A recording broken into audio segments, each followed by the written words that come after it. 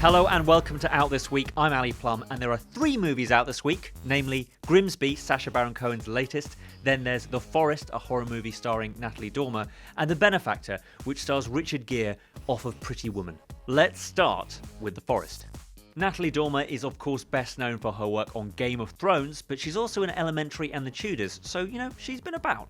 And now she's in Japan looking for her lost twin sister. The trouble is, her sister has got herself lost in a mysterious forest that tricks its victims into killing themselves. I find her here.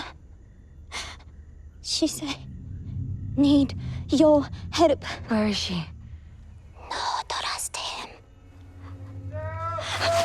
Playing both twin sisters, Natalie Dormer does a really good job delivering what is quite a difficult setup.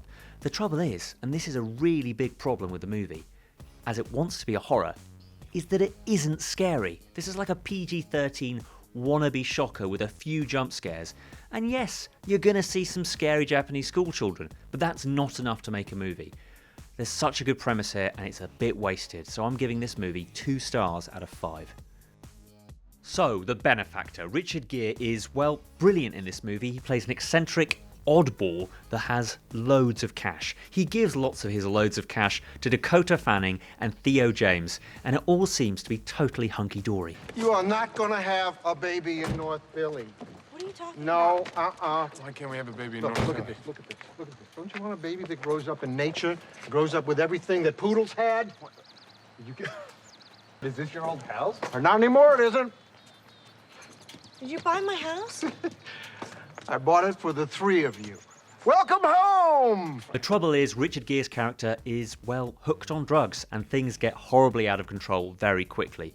I like Richard Gere's performance immensely. He's very eccentric, he swings his cane well, and wears a lot of very interesting cravats. The trouble is, it's just not that substantial, and the movie doesn't really make itself worthwhile.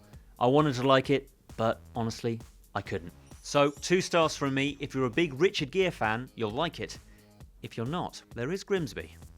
This is the latest from Sacha Baron Cohen, he of Bruno, Borat, Ali G and The Dictator fame. This is a very silly film, so needless to say, the interviews I had with its stars are very silly too.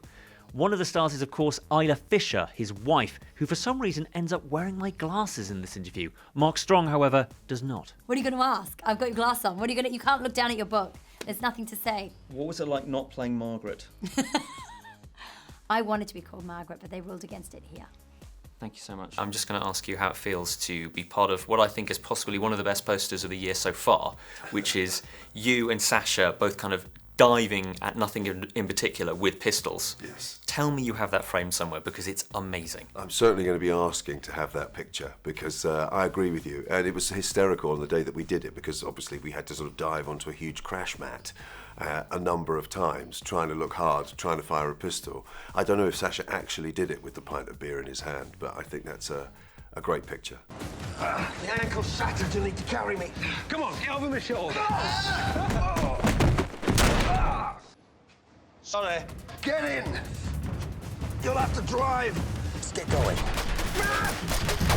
Jesus! Don't worry, it's bulletproof. You can't hurt us. No. We've got bulletproof glass.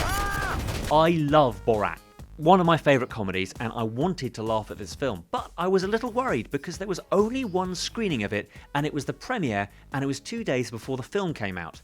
It was also 83 minutes long, which was a little bit concerning. And yes, my suspicions were correct. The film isn't great. In fact, it's so gross out weird that I couldn't like it at all. It fully goes both barrels on the what the heck am I watching stakes that this whole spy caper game, basically Mark Strong's a spy, his long lost brother is this knobby character played by Baron Cohen who's basically an idiot that drinks a lot of alcohol and watches a lot of football, and yes, he's from Grimsby, doesn't mean anything. It's just joke after bad joke after crude joke after bad joke. I'm giving it 2 stars, and yes, I think I may be being a little too generous again. Out next week, we've got the sequel to Olympus Has Fallen, London Has Fallen, then there's the new Coen Brothers movie, Hail Caesar, and finally, Truth, which is about journalism. That'll be fun. See you next time.